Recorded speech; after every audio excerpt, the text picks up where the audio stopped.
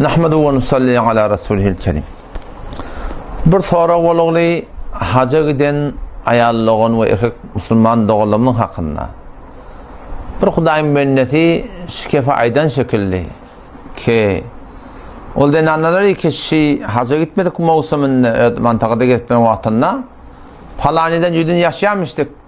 Mekke baran ýüdün asmaly çoňky näme mehrem bolýar diýipdirler. Musulman dogalymda hiç wagtda bir adam haja gitmeklik bilen bir ýerine mehrem bolmaýar ýa namahrem bolmaýar.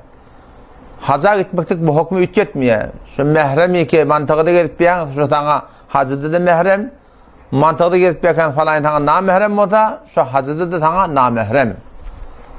Elbetde bir gurulma kefeteşden öýü qar diýipdir. O da şu ki mawsum haçda haja giden denanalara şeriat hukm edipdir ýüzün açmaklyga. Yani belki wagtlar Hanefi mezhebiň öz fıkhına göre denananyň ýüzü örtügili bolmaklygy wajyp, terk etmekligi de haram. Belki wagtlarda. Wal mar'atu radul muhtarda gelýär. Onda da fıkhi kitaplarymyzda gelýär. Wal mar'atu ma'muratun bi sitri wasi'an ajnabiyyin.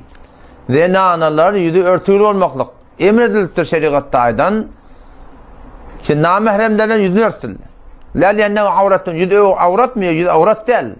Belli khawfil fitne. Ol diye adamlar fitne aklıyor, azmaş aklıyor.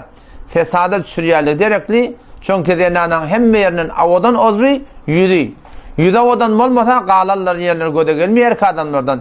Ýüde awadan bolsa galan ýerler göde gelmehede şol ýüdüne adamlar fitneye düşýär, imtihana düşýär, günahkarçylyga mubtala bolýar we şo turatynda bir siri tamaýülatlar tapylýar. Adam şo turatynda Hanefi mezhebiň öz fıkhına göre vel mar'atu ma'muratun denan emredilipdir. Denanyň ýüzü hetmin örtügili bolmaly namahremlerden. Emma haja gidende şeriat hukm edipdir aklyňa ters peýgamberiň aýdan kefeke la tentaqibul mar'a.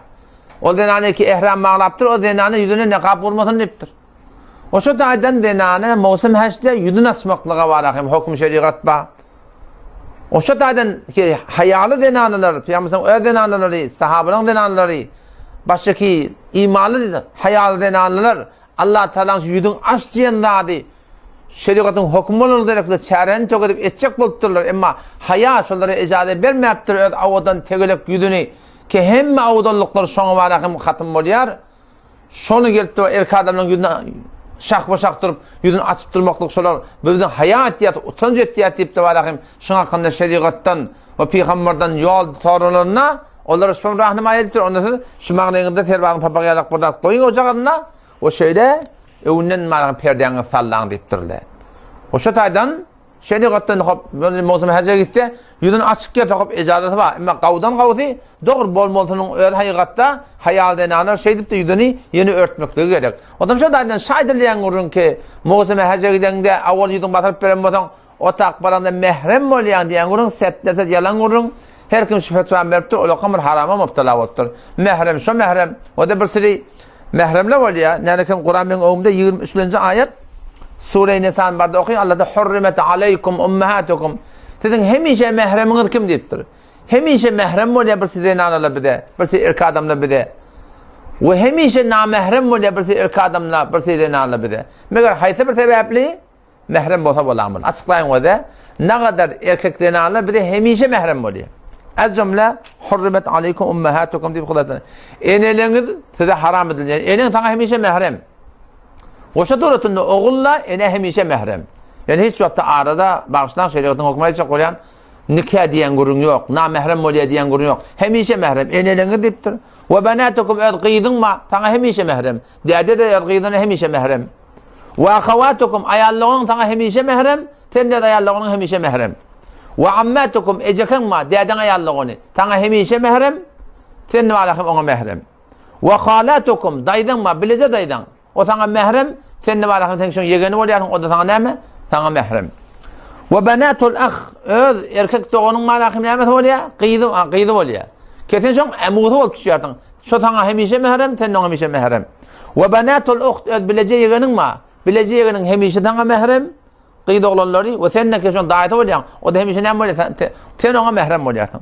Ve ummatukum allati arda'nakum, sen süýt beren denanalar bolýar.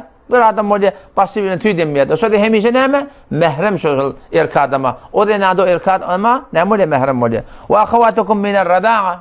Tüytleş ayarlığının oluyor. Ya ummahatun nisaikum deyip Huday Teala. Ol yankı gayinin oluyor. Tan hemişe mehrem şu. Ve rabaibukum allati fi hujurukum. Bir denana diyatın idne qıyı şırvalık geliyor. Sen de bir denana o temen yaşasa şu qıyı sana mehrem oluyor. Sen de ona mehrem oluyorsun. Elbette eğer denana alıp dursun, ol denana yakılışmadan önce denana talak verilen olsa, o qıyı sana namışan neme? Namehrem oluyor. Yani nikah alacak olan çok iyiydi, başarıyarsın.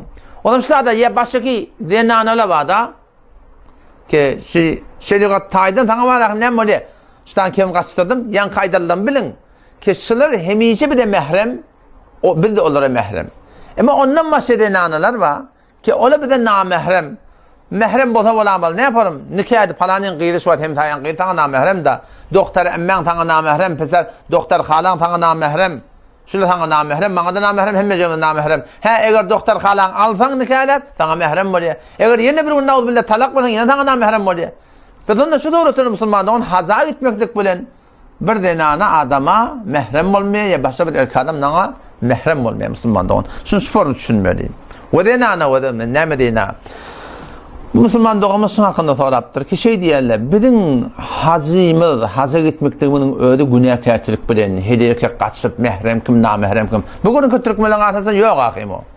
Türkmenlerin arasında çünkü telle, sakal, ulama labasın giyip verenlerin %99'u mehrem, namehrem rahat etmiyor. Bizim milletimizde bu zatlar bilen hakkı doğrusu. Bir diyalak vermen rahat edecek, o hadi bana oğlunu kulen tonru deyip biliyorlar. Hani ki Huday Teala Kur'an'a getirdi. Bir de şu hacı mevsime gitmekten öyle günah kaçacak bilen başladı. O hümmür hediyeke kaçıp var ya. Doğrusu haramda. Yine evruk gelen ne oydu? Yamaçlarına hediyeke o frutka var. Ne kadar haramda.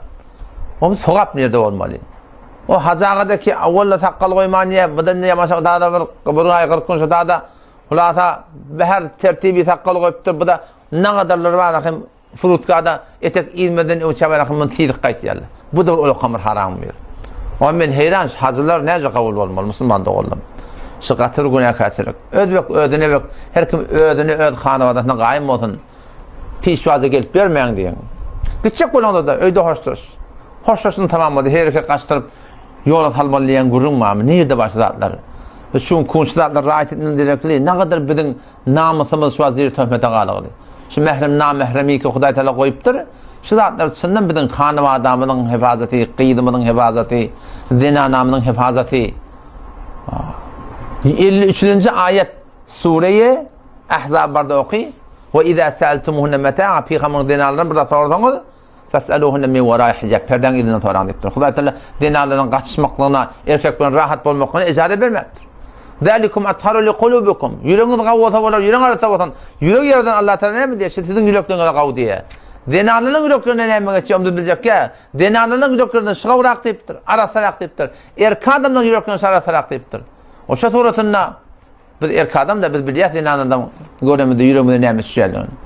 O yankı aydan muhtemde o da mehremler ayttık da sen qayının mehrem deyip var qayının bana salamlaşsan ve Huday ne kırdı var akım sen tehrik bolsan ki şeraiti bilen sen denanın kullen haram oluyor. Hatmi mehrem olanla olan sen aktif olmalı yan gurun yok. Peygamber Huday Hazreti Ayşe radıyallahu anha Sıddık'ın bilece oturmuştuk, dedesinin bilece oturmuştuk, dede oğul bağışla, dede qıyıl bilece oturmuştuk. Üçüncü şeytan neptir. Mehrem olanda qalallah şeytan mı arada, nefsi mi arada. O bilen o cüre kodamani olmalı, palam olmalı yan gurun yok. Vay bahal hesabet ve de mehremin bilen peygamber üçüncü şeytan yemmota. O namehrem bilen protokta bolup geleceğin rahat oturup çıkışıp veren adamla idinirak var ya, sen camide şu eşyana idinirak var ya son. Belki Allah barmasın, baran yerlerken barmadığı adamda hiç çatı Müslümandığın yüreğini taklap başarmar. Vöt bolmaklık ya bolmasılık için yürek bizim elimizde Müslümandığın. Yüreğin önünde durmaklık inşallah bizim elimizde Allah'ın tevfik bilen. Ama yüreğimin burada açışı. Allah temizden tevfik versin. Vesselamu aleyküm ve rahmetullahi ve berekatuhu.